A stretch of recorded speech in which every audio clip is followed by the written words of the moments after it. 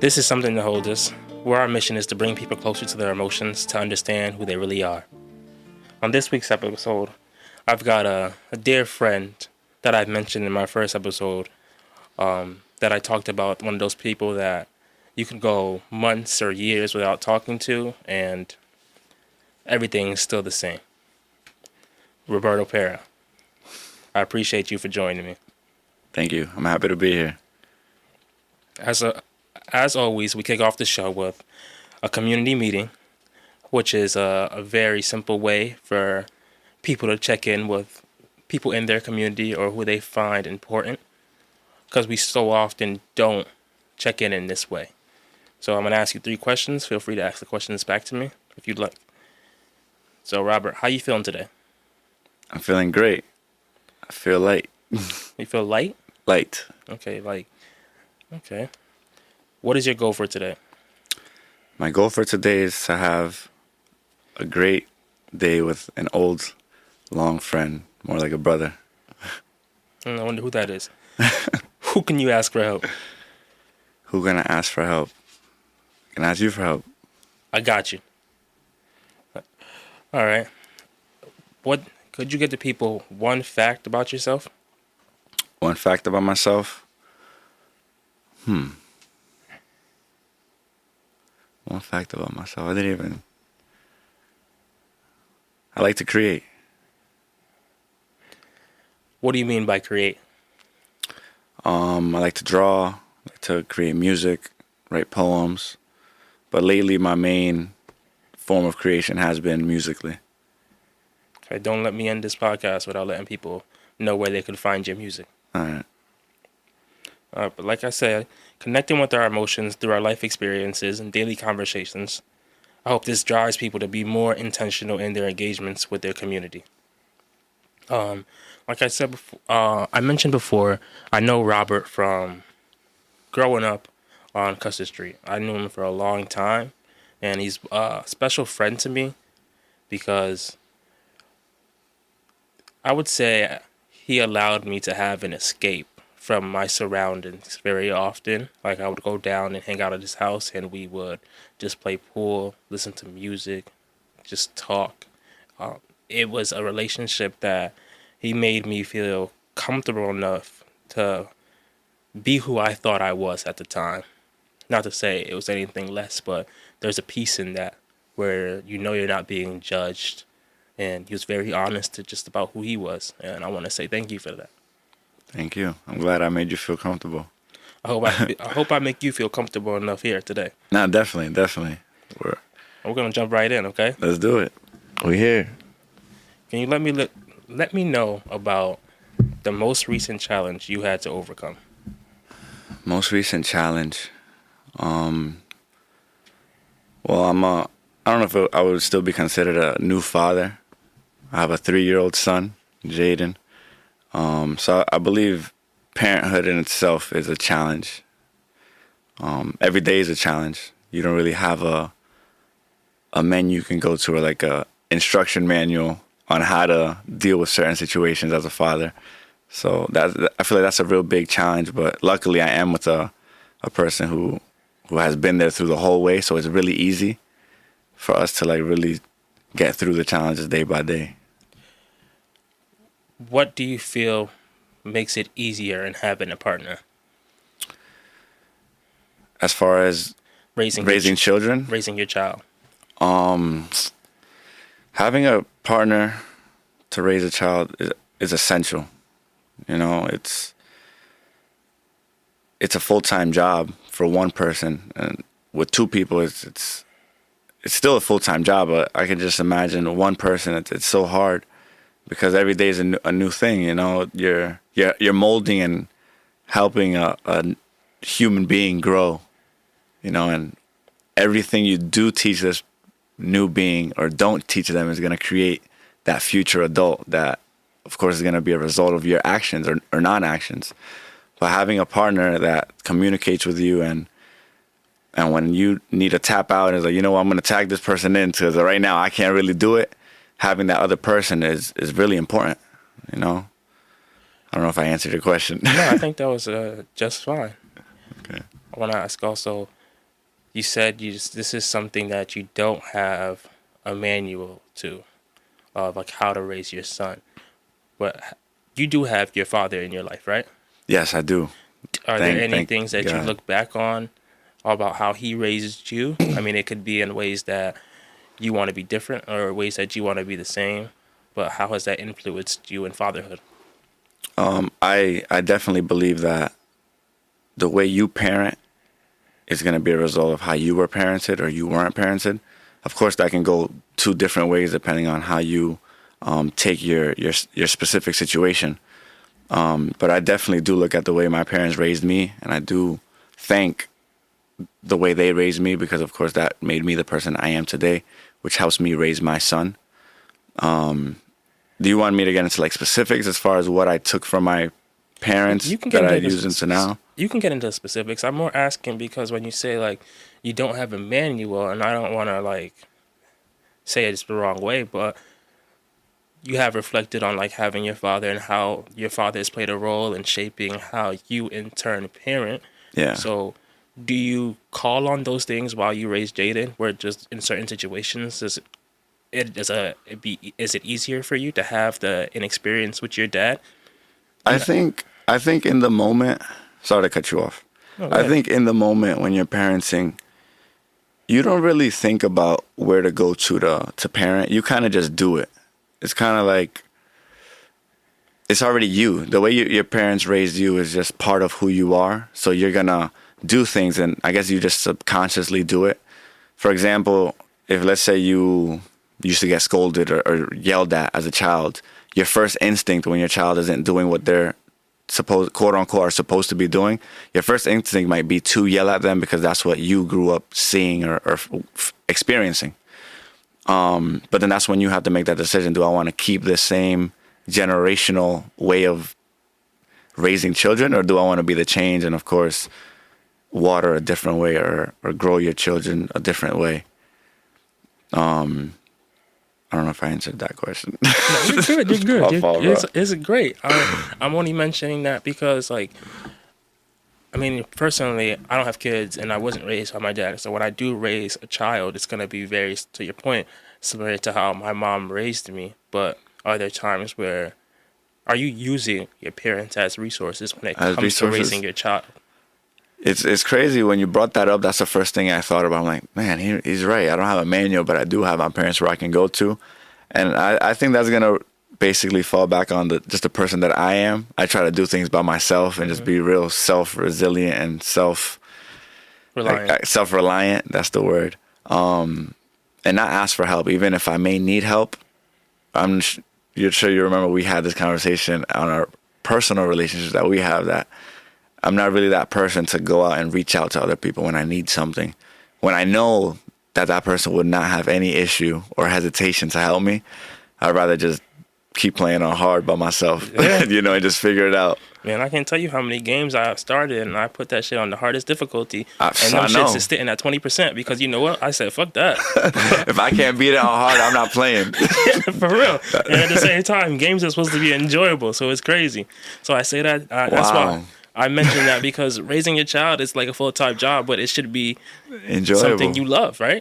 Definitely, it is something you love. Definitely. So, and you said you're having a partner is essential, but make sure you tap into that community that you have. Yes. You can't only. I guess having a partner is essential, but you have to make sure that the partner you have is the right partner. You don't want to have a partner just because you have someone there, and it's knocking down everything else in your life. And if you do have that community, of course, you can raise a child with a great community and not necessarily have that partner, but having the right partner does help 1,000 times over. I think so. I think you described it before. Great. Yeah. You said like when sometimes where you need to tap out, you have somebody that's very supportive and understanding to tack in, and especially you hope that they're efficient or proficient in the skills that you lack in. Yes. You know, Yes. Definitely. I recently read an article or I saw something that says it was along the lines that men's brains change when they have a child. Could you speak to the emotions you felt up to the day Jaden was born, like prior, and then the day of? Prior, prior, it's just a lot of anticipation because the first thought is, of course, you want to have a healthy child. You want everything to go well. And then once you're at the hospital and you're just there waiting and waiting, and you see your partner going through the struggle that women go through when giving birth, it's incredible. There's so many emotions. It's a lot of questions like, am I gonna know what to do? Am I gonna be a good father? Is it gonna be too much? It's so many questions and emotions, but once the baby's there, all that disappears. It's like I've talked about it before with my family and with Crystal, my partner, of course. When you first lock eyes with your child, like for the first time in the hospital, it's like time stops, and it's like you have this baby who's really a stranger because you've never interacted with this baby ever. This baby's been in your partner's stomach, but you've never really touched or seen their face. But when you lock on eyes, it's like you've known them forever. And it's a feeling that's so hard to describe. But if I was going to describe it, it'd be like time literally just stopping and everything freezes. And it's just you and your child just staring at each other. And it might be just a second, but it just feels so powerful. And everything just disappears. All the questions you had, all the doubt, all the worry, everything just works. It's just all fine. That's beautiful. Yeah. It's like I hope I answered that question. No, you good, man. Don't worry about it. Whatever answers you give is all I need. Okay. It's funny because when you were saying that, I was thinking, because like you said, how nervous you were. I was thinking how like when animals are born, like the parents either like disown or own them, and like we said, damn, you locked eyes, and you said it was a stranger. It's like, damn, he saw me. Now I gotta raise him. Nah, it wasn't that way. It wasn't that way. He's like, yep, I know you, my daddy. I see you. We had another conversation recently. There's a very important day tomorrow, right? Yes. It is October 17th. What does that mean? I turned 30 years old. It's my birthday. Dang, 30 years on 30, this earth. man. It feels so heavy. I don't know why. What you said it feels heavy, and I was just about to ask, like, what other emotions can you describe? Like, what does turning 30 feel like? So I mentioned in the beginning, I feel light. And you kind of question, like, oh, light. The reason I feel light is because the last, I say, couple weeks leading up to my birthday, I've felt like so much pressure that, of course, is self-inflicted. Like if I have some certain deadline I'm supposed to be at tomorrow.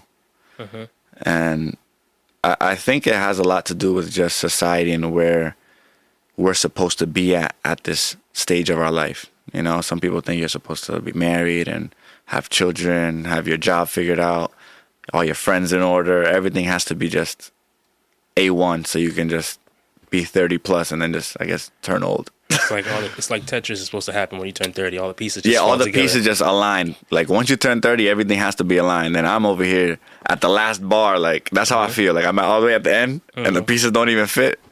But yesterday I got to really spend some time with my family, like my immediate family, my mother, my father, my nieces, my sister, of course, my girlfriend, my son.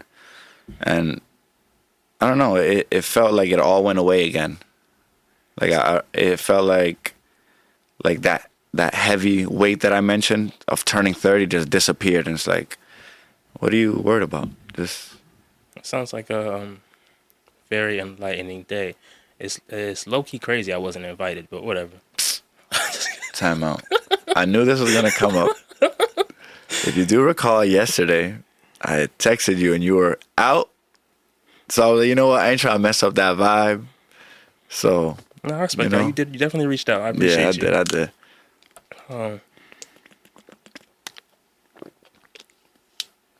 What do you think is the most important aspect of a healthy relationship? Because you talked about you place a lot of importance on having as a partner that's essential to raising your child. But how do you maintain a healthy relationship between you two? A healthy relationship. That's a great question. I think the number one thing is communication. And I don't know if that sounds cliche or that's just what people always throw out there, but communication is very important. You need to be able to communicate in a way that you both understand. Because sometimes you want to communicate, but the way you're communicating isn't in a way that your partner understands the information. You need to mold it to the way that they can, of course, receive the information and not feel like you're threatening or just yelling. You know, sometimes people communicate and they're just screaming at each other and nothing gets resolved. So communication is very important. That's a good answer. That's a good answer. That's a good answer. How do you guys communicating being very important?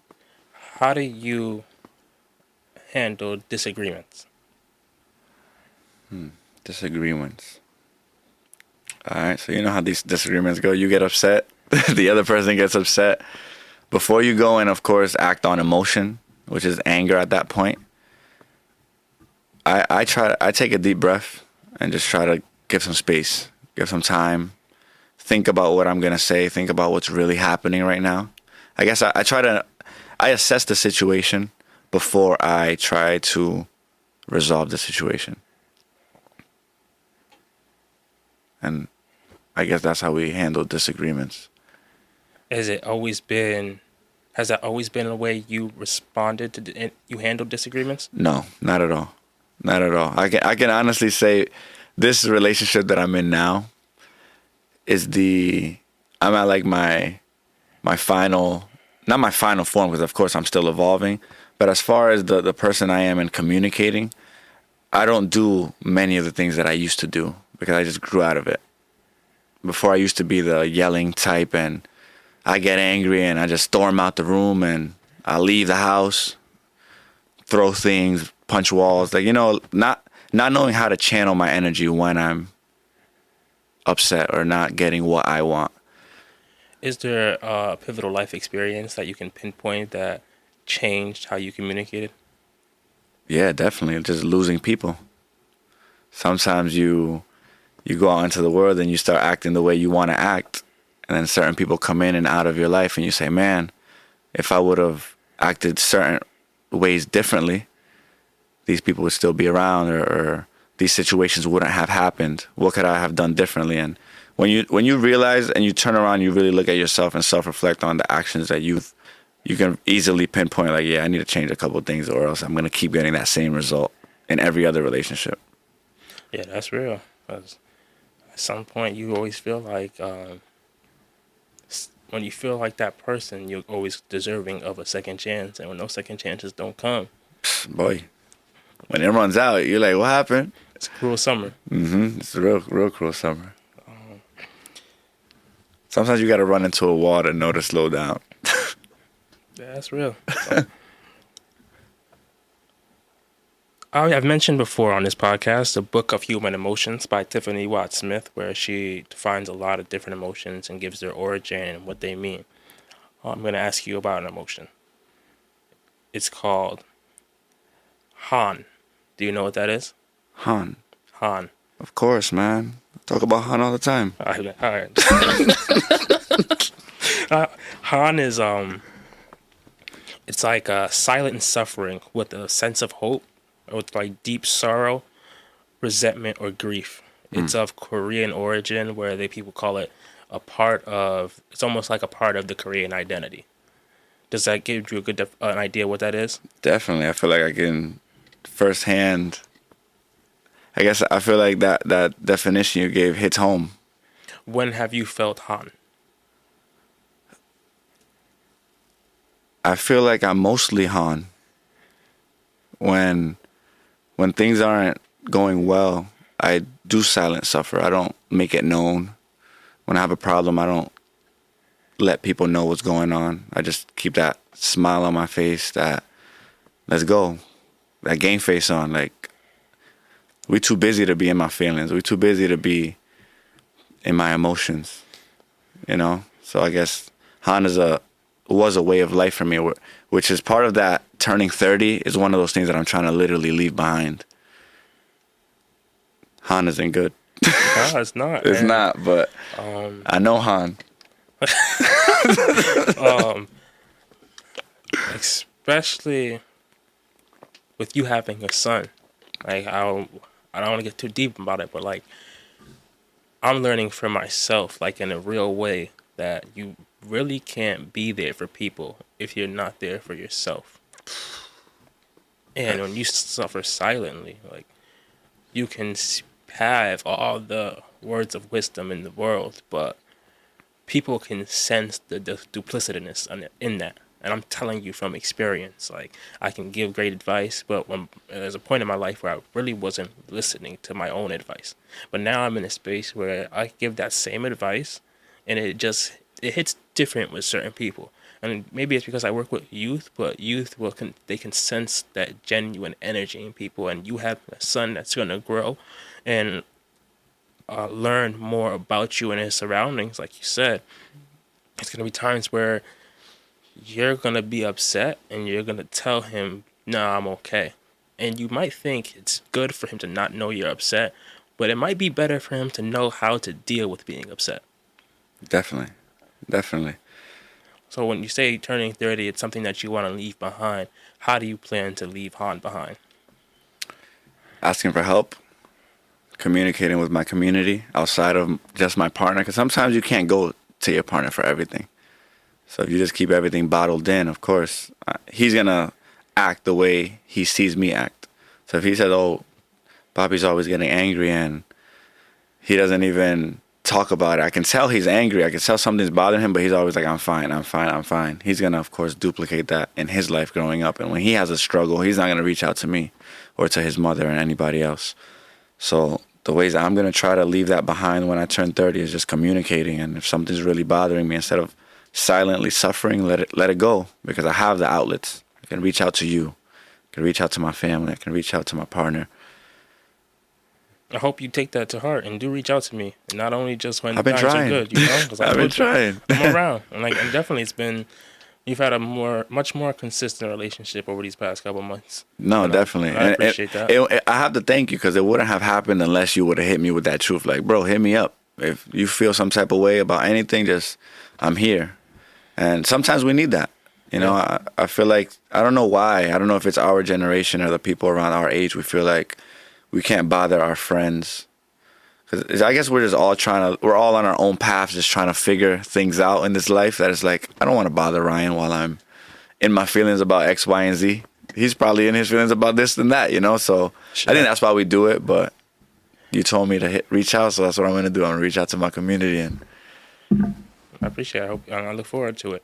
Um, I'm really working on trying to not say as much, so I'm gonna catch that. You can call me out on it as well. I'm asking for you to hold me accountable. I got you.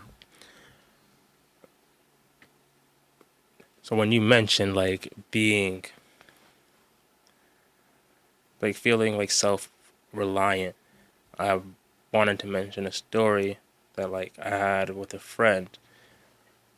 And what I've learned to realize is that sometimes, nicely, sometimes being asking for help is being self-reliant, because we don't always have the tools to deal with what we're going through. And that's what trauma is. Like trauma is when you have an emotion or deal with an experience you don't know how to cope with, and it can sit with you. And when you sit in silence, like you're not really dealing with that, or you're not really helping yourself. And I'm finding in a place where I go weekly to talk to somebody about those things. And like one of the first conversations I had with him was about the fact that like finally feeling like I'm going to ask for help. And he said the same thing a friend told me. The friend was the guy who said like that is helping yourself. Like if you are somebody that does truly believe that you are able to do everything yourself, sometimes you need to do something for yourself by going to someone else. Yeah. Um, so let me go on to the next question. When was the last time you cried? Man, it's been a while.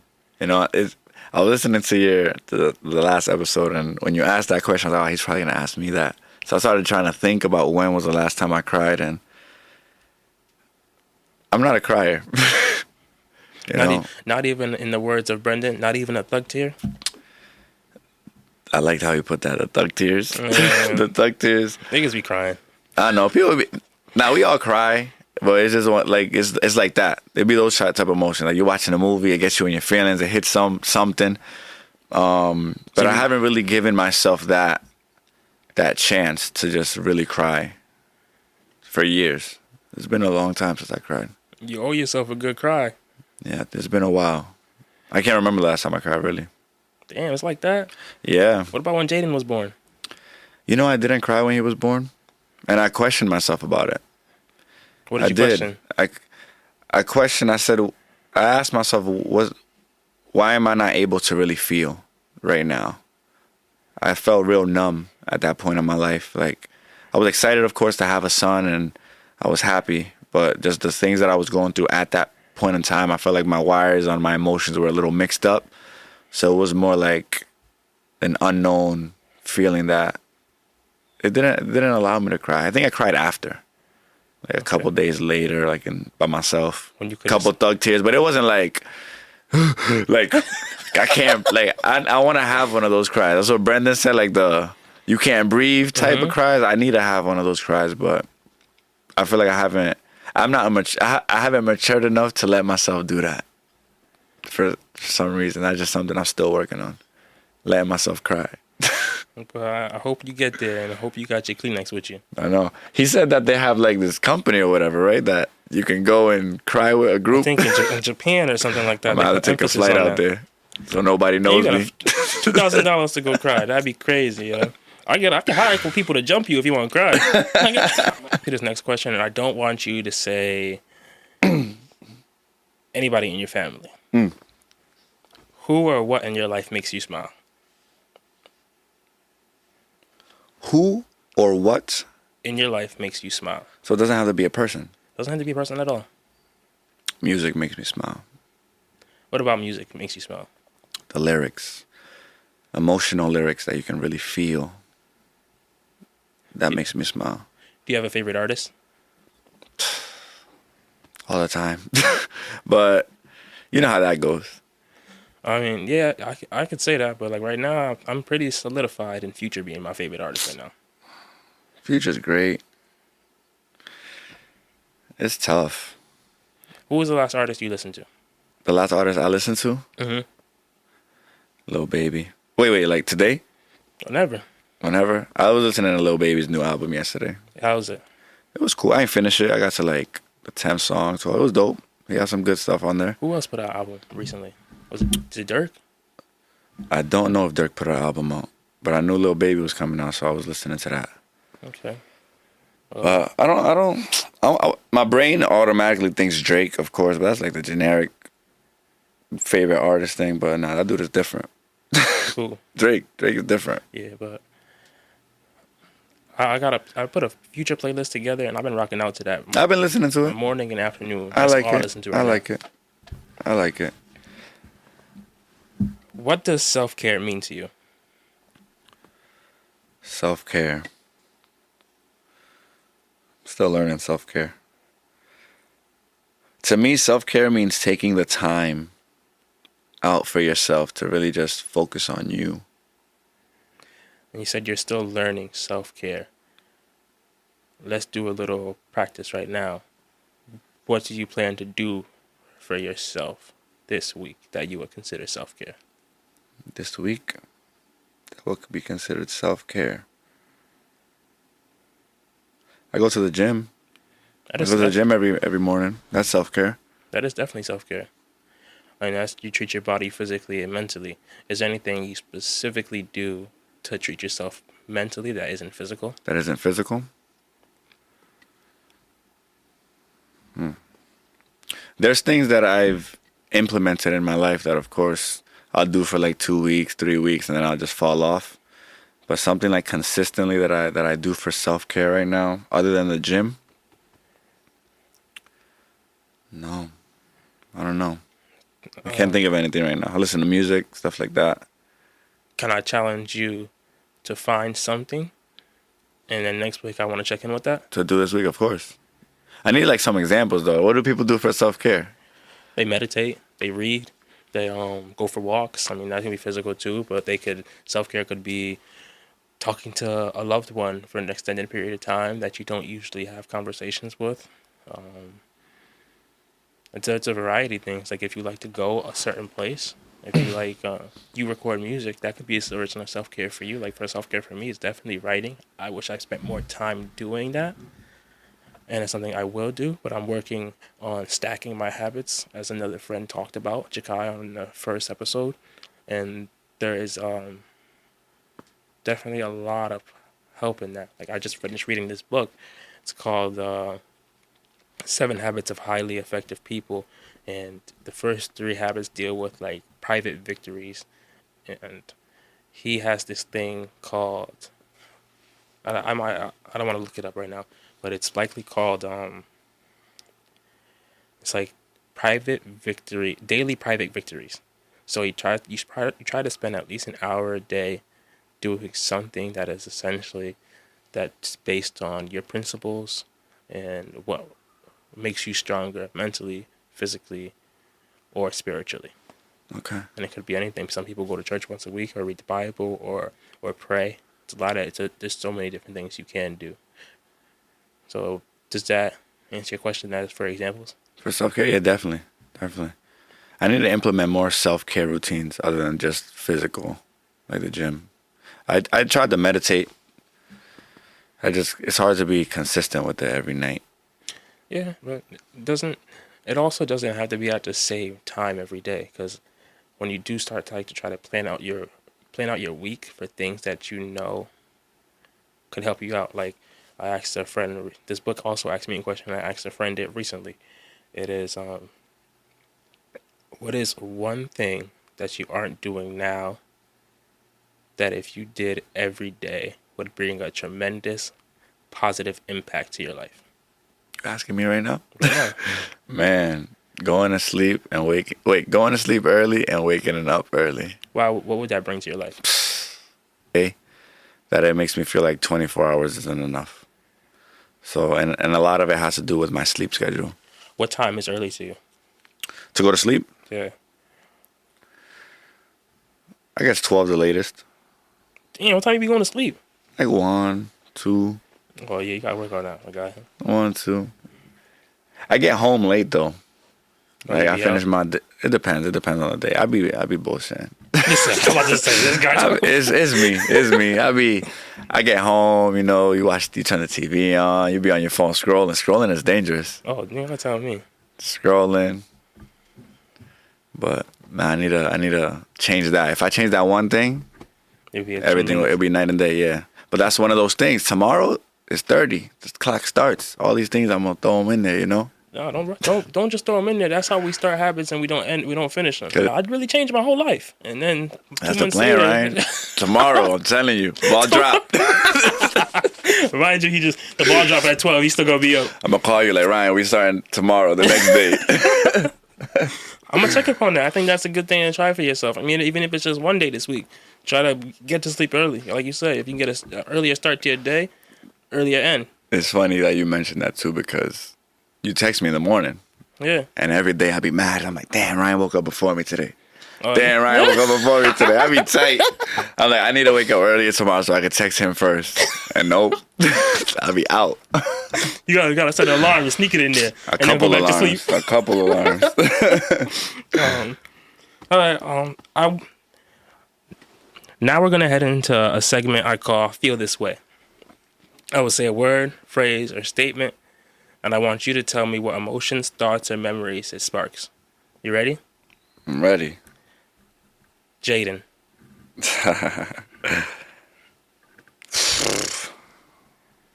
To pick one word, man. It could be emotion, thoughts, or memories. It doesn't have to be one word.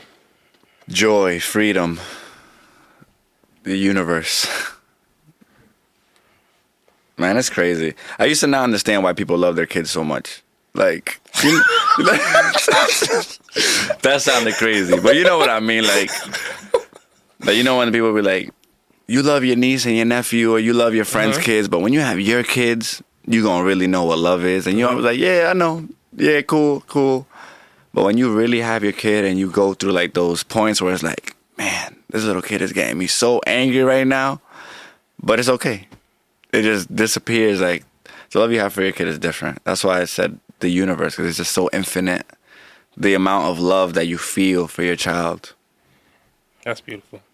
Yeah. It's funny you mentioned that because, like, I don't think I thought it like that, but I thought of it like that. But there was this one girl I believe I used to follow on Instagram, and she used to always post her little brother all the time. Yo, I used to be like, damn, you dick riding that little nigga. But like, And that's just her little brother. Imagine when she has a kid. yeah. So, but no, next word. Time management. Time management? What's that? Man, time management. That's essential's a cool word now. I think it's those t-shirts. Essential. I've been using that word lately. You gotta drink the water. That's essential. I heard that's bad for you. I don't know. Yeah. I'll be drinking Poland Spring. Poland Spring all day, bro. No, actually, I'll be They're not drinking paying, but I'll be drinking Poland Basket now, man. Poland Spring expensive, bro. what basket? Poland Basket is a ShopRite brand. You gotta look at them ingredients. Fuck, it's water, bro. No, it's not. I'm gonna All find water out. is not the same, You right? do you do the grocery shopping for your house? Do I do the grocery? No. Okay, I can tell. But it's Poland Spring all day. I see in the Poland Spring joint it says If it ain't $6.99. green, it ain't for me. Poland Basket was $3.99. You tell the difference. Nah, time management. That's what it was, right? Yeah. Yeah, non-existent. It's just non-stop. We speak Every day's Friday. Every day's Saturday. Some days are Friday Junior though. Yeah, you know, Thursday. Thursday's always Friday Junior. Oh. But we definitely gotta put an emphasis on that because we are proactive beings, and time management can be something that is in your control. Just go to sleep early. I'm gonna hold you accountable. I know. I want you to. The next word is Honda. Civic. Papaya Sai. That's me. Man, Honda. I love Hondas. Grew up being a car guy. I worked for Honda. Mm-hmm. You know, I used to sell cars for a couple different dealerships. I don't know. Honda's just that Japanese excellence, you know? You can't go wrong with a Honda. Right? I just pulled up in a Honda. Yeah, that was my little birthday gift for myself. Okay, I feel you. Yeah, man. Hopefully you look out for me that way in February. I got you, bro. Wherever you want to go. No, what the hell? All right, the next word, slugs. Come on, bro. Come on, man. You did some homework. Just a little bit. Nah, bro. I can't stand those things. What they do to you? I don't know. I've overcome, I wouldn't call it a fear no more or like a phobia, but when I was younger, bro, you know the path to my house? Which one?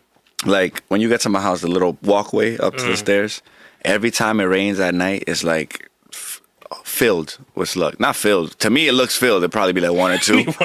Bro, I'd be like jumping over, trying to get it. They give me like some like disgust. Like they're just so slimy and just they don't know how they feel, but they look like they feel gross. They probably do feel gross. And I guess a fear just to step on one by accident is just hearing it, you know? Did you Yeah, slugs. Did you feel that same way when you watched SpongeBob and you saw Gary? No. I did. Oh, like when they zoomed in and he looked real? You know, those slugs never bothered me. The ones in the shells? The ones in shells don't bother me for some reason. Ones do. It's the ones that got out there with no clothes. What's wrong with them? All right, the last word is grace. Grace. First thing I thought about was that 42 Duck song with Lil Baby. That joint fire. Grace. I don't really listen to 42 Doug. Oh, man. All right. So, Grace. Lil Baby sounded like your favorite artist. I'm just throwing that out there. He sounded like my favorite. Lil Baby hot, bro. Hey, yo. You know what I mean. Pause. I'm about to be 30. We still got to say pause? Come on, bro. I'm a father. I'm a young man. Grace. Grace. I'm not too familiar with the word grace. You owe yourself I don't something. really, it's never really been in my vocabulary, or I don't even know what that really means, like grace. Like a church word. It's like forgiveness or giving somebody the space to just not be perfect.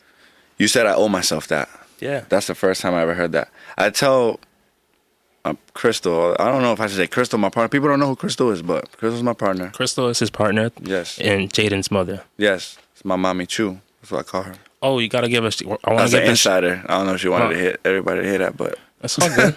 I mean, she'll probably get upset later about it, but Nah, I want she to will. shout out how people can reach Crystal for ordering the what's it called? Oh man, I'm saying it right now. Mark, quote these words right now. Crystal has the best empanadas slash pastelitos ever, Nah, and I bro. truly agree. I'm about to order a 30-piece Bro, this week. if you can go to another restaurant and get an empanada better than ours, you get your money back. But you never can you how can they reach her? You can reach her on Instagram. It is CC's Pastelitos. This is gonna be hard to spell out. 'Cause it's so long. I'll put it in the description. Yeah, put it in the description. CC's Pastelitos. Hit her up. Shoot the DM. She takes orders for Thursdays, Fridays, Saturdays. Free delivery as long as, of course, you're in a reasonable distance, tri-state area. But I'm telling you, you will not be disappointed. No, you know, Get the cajita. That's the fire. no, the joints are definitely good. I think she definitely has a part in to play in me having high blood pressure. I remember there would be times where I'd order the 20-piece back Here to we back, go. and Naria would be at work, and I would eat that joint for breakfast, lunch, and dinner, and like I was never disappointed. Disclaimer: limit how many you eat, please. We're trying to health is wealth. If you're gonna order a cajita, go for a walk after. That queso blanco one is fire. It's the one I'm telling you. Yeah. But, man, this is really a pleasure of me having you here, man. Thank you. I like what you said at the end about that I owe myself grace. I need that. Take that I with you, needed man. that. I need to forgive myself on a lot of things and live. Let go and let God. We're not perfect, none of us, right? No. But as long as we can acknowledge that, and then we could work towards being better. I'm trying to live on that myself too. Plenty of mistakes I made. I had to double back and say sorry to a couple people, and then we move forward. Whether they forgive me is on them, but let them know that I'm sorry.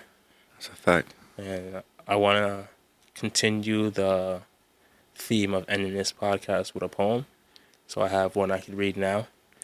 I'm not really sure about the names of the poems that I have, but I guess I'll call this one Homeschool. Here we go. Sins of a father make life 10 times harder. Who do I idolize as I grow farther? Away from an adolescent that needed explanation for the days. I lamented my present till I began to teach myself in different waves. I've learned to dissipate fits of rage, distance those that have wronged me, yet still love them the same.